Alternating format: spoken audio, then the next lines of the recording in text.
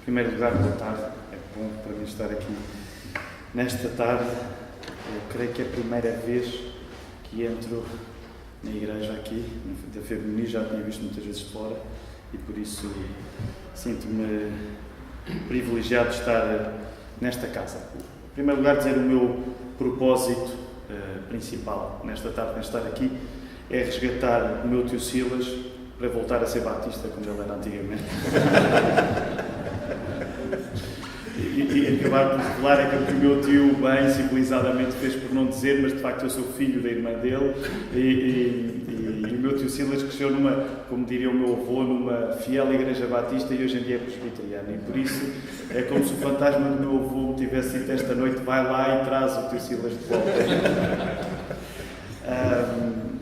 Rapidamente, deixem-me começar por uma má ilustração, e ela é intencional, ela provavelmente é má e explica o meu atraso, e quero pedir o perdão pelo meu atraso. Eu cheguei 15 minutos depois da hora, porque de facto, com o tempo, pus-me a caminho desta conferência. Na minha liberdade lá fui eu para a conferência na Igreja Presbiteriana, mas quando chego à porta da Tomás da Anunciação apercebo-me que estava na Igreja Presbiteriana errada. E a partir daí, na minha liberdade, tomei uma decisão. Bem, é melhor não apanhar um táxi, porque estou no outro lado de Lisboa e a esta hora o trânsito é complicado, e não tomei um táxi. Depois, outro dilema se colocou: vale a pena apanhar um metro a esta hora? E na minha liberdade tomei outra decisão, que foi não tomar um metro, e então basicamente fiz aquilo a pé. Então a cada decisão que na minha liberdade eu tomava, mais um erro se adicionava ao processo de aqui chegar. Para chegar com esta má ilustração a um ponto. Eu acredito que quando o assunto do pecado, que é um assunto com complexidade, se coloca, de facto, Deus não nos condena por nós sermos livres, Deus condena-nos por nós pecarmos, que é uma coisa um bocado diferente, e que eu acho que pode ajudar-nos ou não, ou pode desajudar-nos completamente nesta tarde. Mas, portanto, ao pedir-vos desculpa, peço-vos desculpa porque errei, não porque fui livre, porque de facto eu fui livre para chegar com o tempo à Tomás da Anunciação, cheguei 15 minutos antes. Mas isso, a minha liberdade de chegar lá antes foi um erro, a chegar ao sítio certo, à hora certa. E eu acho que isto os calvinistas percebem melhor, mas, como o Luís disse bem, graças a Deus não somos salvos por João Calvino, mas somos salvos por outro JC, que é Jesus Cristo. E por isso, deixem rapidamente dar-vos conta acerca deste assunto, e eu estarei a sabotar um bocado os planos, porque, de facto, o objetivo que me foi colocado, eu estou a fugir um bocadinho, estou a usar outro esquema para poder falar sobre a predestinação. E fui pegar umas coisas que há uns anos eu escrevi no blog, quando o assunto do calvinismo e arminianismo, volta e meia, me colocava nele e gerava sempre nas redes sociais também algumas questões interessantes. E então, há cerca de 2 anos e meio, na altura, achei que eu tinha de explicar que, sendo batista, e explicar uma coisa: os batistas são diversos nesta matéria. Existem batistas arminianos, existem batistas calvinistas. Claro que um batista reformado, como eu gosto de pensar que sou, dirá sempre que a base é, de facto, por um lado é mais calvinista do que arminiana, mas não existe entre batistas uma concórdia ou uma tradição única quanto a estes assuntos. E é isto que torna também da denominação batista, à qual eu pertenço, também uma denominação com muita aventura, porque há espaço para divergência e discórdia nisso. Ora, dizia-vos que há uns anos, de facto, escrevia sobre as razões que me levaram ao calvinismo. E pegando só aqui rapidamente à boleia do que o pastor Luís falou, eu de facto acredito, e explicar alguns dos meus pressupostos sem me levar muito tempo neles, e eu hoje sou um representante da Low Church, sou um batista, portanto estou num contexto mais High Church, mas tenho de tentar valer-me do facto de vir de uma igreja mais Low Church, que é dizer isto. Eu acredito na palavra de Deus como inerrante e, portanto, quando a leio, parece-me, isto nunca é uma questão de matemática, mas se fosse a pesar, me parece que os textos que colocam a predestinação mais em causa ainda assim são uma minoria e que a maior parte deles, do Gênesis ao Apocalipse, parece lidar com muita naturalidade com a ideia que a grande liberdade da Bíblia é a de Deus, como o pastor Luís disse bem.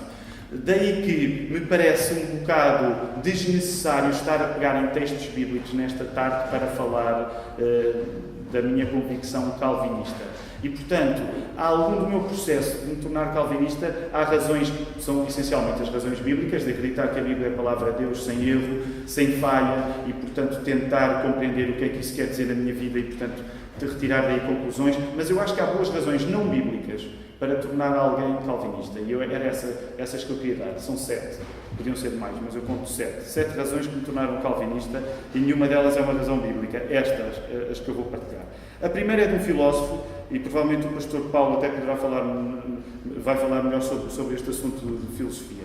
E ele chama-se Kierkegaard. Mas ainda antes de ir a Kierkegaard, deixem-me citar outro filósofo, não é bem filósofo, mas ele é um pastor, todos os pastores de alguma maneira são filósofos, ele está vivo, é um pastor americano, e o Douglas Wilson, ele escrevia ainda, a semana passada ele dizia assim, não é o calvinismo que divide os cristãos, dizia ele. O que divide os cristãos é reconhecer que no seu fundo toda a teologia é calvinista.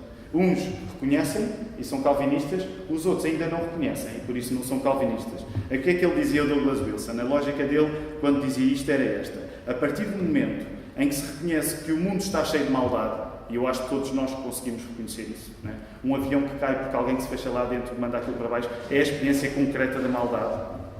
Portanto, um mundo onde a maldade existe, mas que simultaneamente é um mundo que foi criado por Deus e que Deus mantém o mundo assim. Portanto, esta era a base do pastor Douglas Wilson. A partir do momento em que nós acreditamos que o mundo tem maldade, mas que ainda assim ele é governado por Deus e ele o mantém assim, então todas as pessoas que acreditam nestas duas coisas ao mesmo tempo, simplificando muito, são calvinistas. Poderão depois ter explicações diferentes de porque é que Deus permite que o mundo, sendo mau, continue assim. Mas no seu âmago, a partir do momento em que eu acredito que Deus é soberano, que Ele é omnipotente e que teria a capacidade de mudar o mundo se Ele quisesse, mas por alguma razão não o faz, então, segundo o pastor Douglas Wilson, qualquer pessoa é calvinista se aceitar estes dois pontos simultaneamente. E mesmo que depois nós diverjamos no modo como explicamos o porquê de Deus permitir isso, de fazer isso, significa que se concordarmos nestas duas coisas, já fizemos a distância mais importante juntos. Portanto, Deus é bom, Ele não é mau, mas Ele permite que o mundo seja mau. E é uma frase boa de Agostinho, eu constantemente a cito quando estas questões vêm lá, que são colocadas lá na igreja, e Agostinho diz assim: está mais de acordo com a natureza de Deus tirar bem do mal do que não permitir que o mal exista. Está mais de acordo com a natureza de Deus tirar bem da existência do mal do que não permitir que o mal exista. Vamos então às 7 razões que ajudaram a tornar-se calvinista. Razões não bíblicas. A primeira delas é Kierkegaard. Kierkegaard é um filósofo, é chamado o primeiro existencialista. E de facto, eu li muito Kierkegaard na faculdade. Eu não terminei os meus estudos no seminário. A minha formação é em Ciências da Comunicação, que é uma mistura de comunicação social com filosofia. Não é grande coisa, talvez isso explique a minha teologia também. Mas o Kierkegaard era um filósofo que eu li muito na adolescência. E a determinada altura, nos comentários, nos diários do Kierkegaard, ele diz assim: a ideia de um livre-arbítrio abstrato é uma fantasia. O conceito de pecado mantém qualquer pessoa cativa de todas as maneiras. Portanto, basicamente, eu agora estou a tentar refrasear o que Kierkegaard está a dizer. Se todos os homens são pecadores, a ideia deles terem livre-arbítrio é uma brincadeira de mau gosto. Não é? Se nós dizemos, tu és livre para fazer o que quiseres, mas eu tenho que dizer uma coisa, é que tu és pecador de nascença. Portanto, ninguém tem um ato de liberdade pura se ele já por natureza é mau. Isto, reparem, é um filósofo que era cristão, Kierkegaard era cristão, mas que não o diz para defender o calvinismo. Aliás, Kierkegaard gostava mais de Martinho Lutero. E deixa-me dizer, as piores frases contra o livre-arbítrio não são de João Calvino, são de Martinho Lutero. Na correspondência, por exemplo, entre Lutero e Erasmo de Roterdão, quando ele dá tareia em Erasmo de Roterdão, Lutero é aquele que diz as piores coisas contra o livre-arbítrio, não é João Calvino. E, portanto, esta foi uma das frases que eu me apercebi que, de facto, não fazia sentido eu acreditar no livre-arbítrio enquanto conceito, quando acredito simultaneamente que todos os homens são pecadores. Era a mesma coisa que dizer, vamos jogar futebol, mas uma das equipas vai jogar futebol com um tijolo preso às chuteiras. Alguém me diz isto, não é jogar futebol a sério. Portanto, acreditar no livre-arbítrio nesse sentido não me parece muito filosoficamente consistente. Rapidamente, a segunda razão. Aqui há uns anos, de facto, quando começou-se a falar num certo ressurgimento calvinista. Os calvinistas, uma das coisas que me atraiu ao calvinismo é que os calvinistas, de facto, parecem resingões, parecem contra, e a determinada altura de facto, mais do que bons teólogos, são bons bandidos, porque eles parecem pessoas que estão a deitar fora aquilo que a nossa sociedade mais valoriza. E é óbvio que agora vou falar uma coisa que a nossa sociedade mais valoriza, mas sobretudo o Ocidente. Porquê? Quando alguém descrê na ideia que a liberdade é o bem maior, de facto isso é um crime. Não é? Para uma sociedade individualista como a nossa, que coloca na liberdade o grande valor, se de repente alguém aparece a dizer nós não somos assim tão livres, a pessoa fica debaixo de uma suspeita. E nesse sentido, essa suspeita que é lançada sobre os calvinistas cria-lhes uma aura de estes tipos estão aqui a perverter alguma coisa que nós temos como queridos. Portanto, uma boa parte de uma nova geração, eu acredito que se aproxima pelo calvinismo precisamente por parecer errado ser calvinista. E como parece que calvinista é coisa que não se pode ser, então uma juventude quer ser precisamente aquilo que não se pode ser.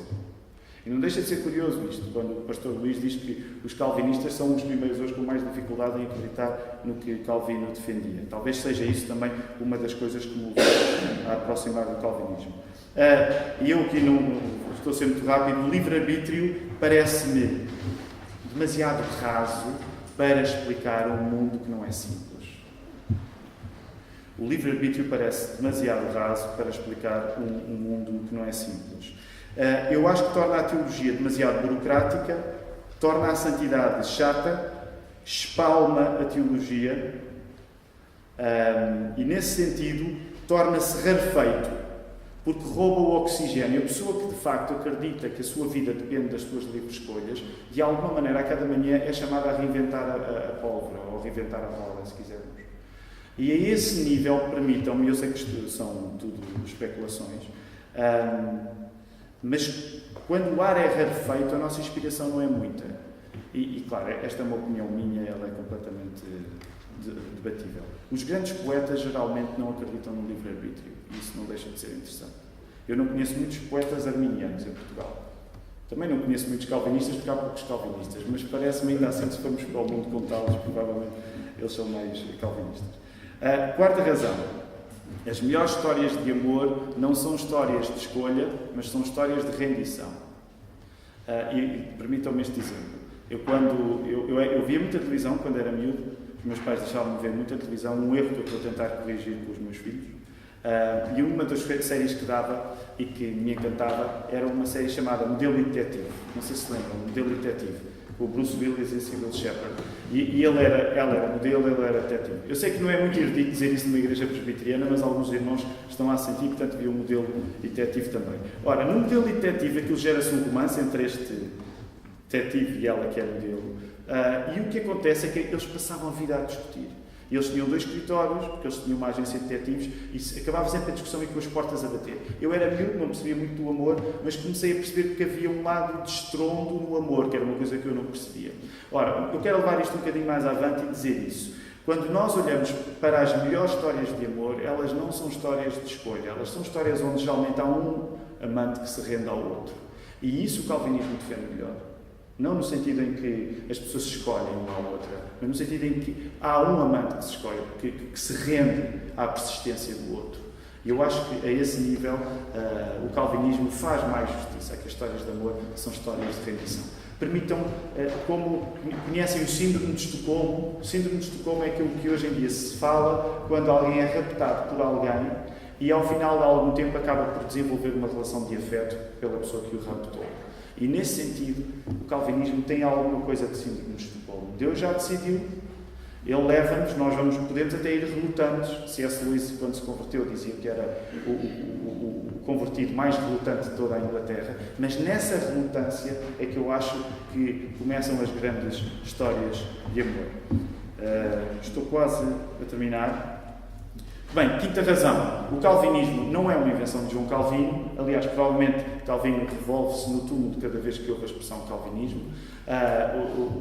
Alguém que explicava isto bem era o pregador batista, Charles Spurgeon, em que ele dizia: o calvinismo é uma alcunha para o cristianismo. É óbvio, e aqui é sempre preciso fazer isto. O pastor Luís disse o que é preciso nós sabermos. Ninguém salva por nenhum sistema de homens.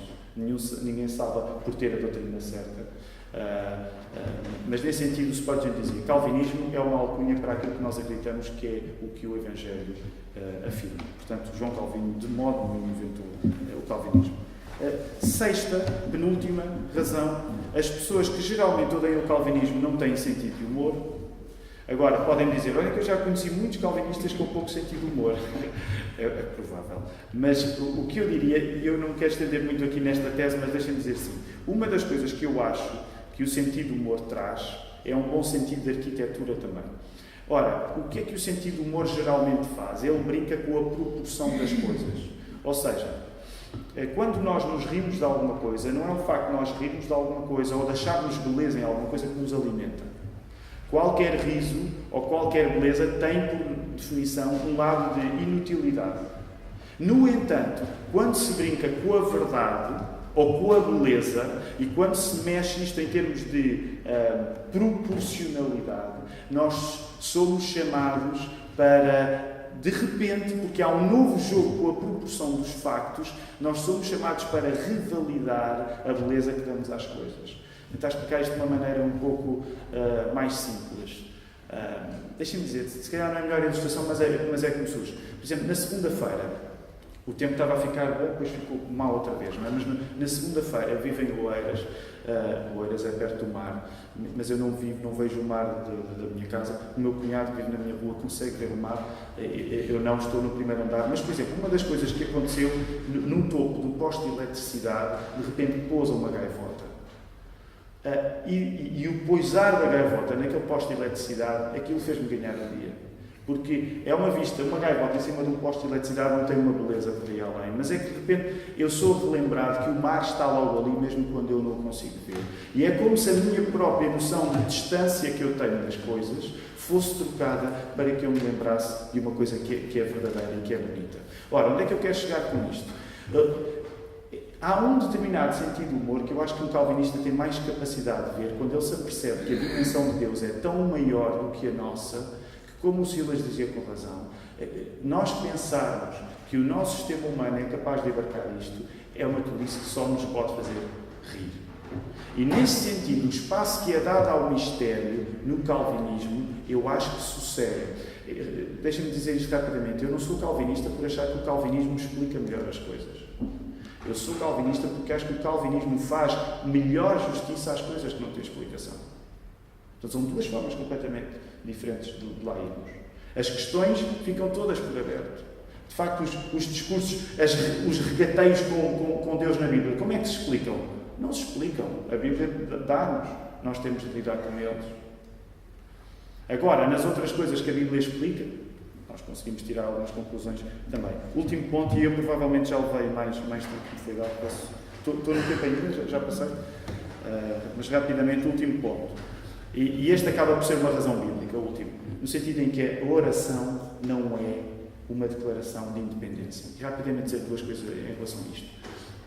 Na Bíblia, quando nós lemos a Bíblia, e permitam-me dizer, eu acho que uma das coisas que nos faz falta, e falo como sou terceira geração de cristãos evangélicos, muitas vezes nós estamos tão habituados a ler a Bíblia que não lemos o que ela está a dizer. E perdemos alguma da frescura e do modo como a Bíblia nos ofende e como nos pega pelos colarinhos e como nos agita. E às vezes nas igrejas é tão fácil os nossos sistemas humanos domesticarem a Bíblia que ela deixa de mexer connosco. Mas permitam-me dizer isto. Quando nós lemos a Bíblia, a liberdade não é uma coisa saudada a partir do pressuposto que o homem é livre. Quando nós lemos a Bíblia, do Gênesis ao Apocalipse, a liberdade não é uma causa que permite que nós achemos Cristo, mas a liberdade é uma consequência de nós acharmos Cristo. A Bíblia não diz a liberdade é aquilo que te vai levar a Cristo. O que a Bíblia diz, vez após vez, a liberdade é aquilo que tu tens quando tu te encontras com Cristo. Portanto, a esse nível é sempre difícil, na minha opinião, encontrar biblicamente uma afirmação da liberdade como aquilo que nos permite levar a Cristo. Porque a Bíblia, vez após vez, introduz a liberdade não no sentido de autonomia ocidental, individualista, mas como consequência de Cristo. Não como causa do encontro com Cristo, mas como consequência de Cristo. Logo, quando Deus, reparem, não são os textos apenas que falam na predestinação, que são difíceis de lidar para um cristão. A oração é uma coisa que não faz sentido. Quando Jesus nos ensina a orar e quando Jesus pede-nos para nós pedirmos ao Pai, isso não faz sentido com Deus omnisciente. Então, mas para que Deus precisa que eu ore se Ele sabe aquilo que eu sei? Portanto, quando nós pensamos na oração, não como um gesto de autonomia, não como um gesto de agora eu posso. Não, a oração mostra-nos que a independência, que a liberdade, que a autonomia não são aquilo que nos permitem ir até Deus, mas são aquilo que nós podemos usar, porque Deus pede-nos que nós hajamos em ato de submissão à sua vontade. Pai nosso que estás no céu, santificado seja o teu nome, venha o teu reino, seja feita a tua vontade. Eu acho que, de facto, a lógica da oração é melhor entendida quando nós percebemos que a liberdade não é aquilo que nos leva até Deus, mas quando nós percebemos que a liberdade é uma consequência de nós nos termos encontrado com Deus. E para finalizar, um arminiano podre é muito melhor que um calvinista podre. O calvinismo apodrecido é a pior doença que existe. E aí eu devo reconhecer a todos aqueles que gostam de usar o rótulo e de se chamar calvinistas, não há nada pior do que o calvinismo apodrecido. E deixem-me só ilustrar isto. Quando, a partir da ideia do calvinismo, ou seja, do que for, as pessoas acham que Deus as escolhe por mérito, é a incompreensão mais grosseira do Evangelho da Graça. Portanto, de facto, em contextos calvinistas, o calvinismo pode ser a coisa mais horrível que o cristianismo gera. E é um erro fatal. E, nesse sentido, o chamado hipercalvinismo está cá para nos ajudar, a todos aqueles que se consideram calvinistas, a que eles se lembrem que são salvos por Cristo e não por João Calvino. E, portanto, se o nosso calvinismo for detectado, não é assim tão importante, mas que Cristo seja, é fundamental. Obrigado.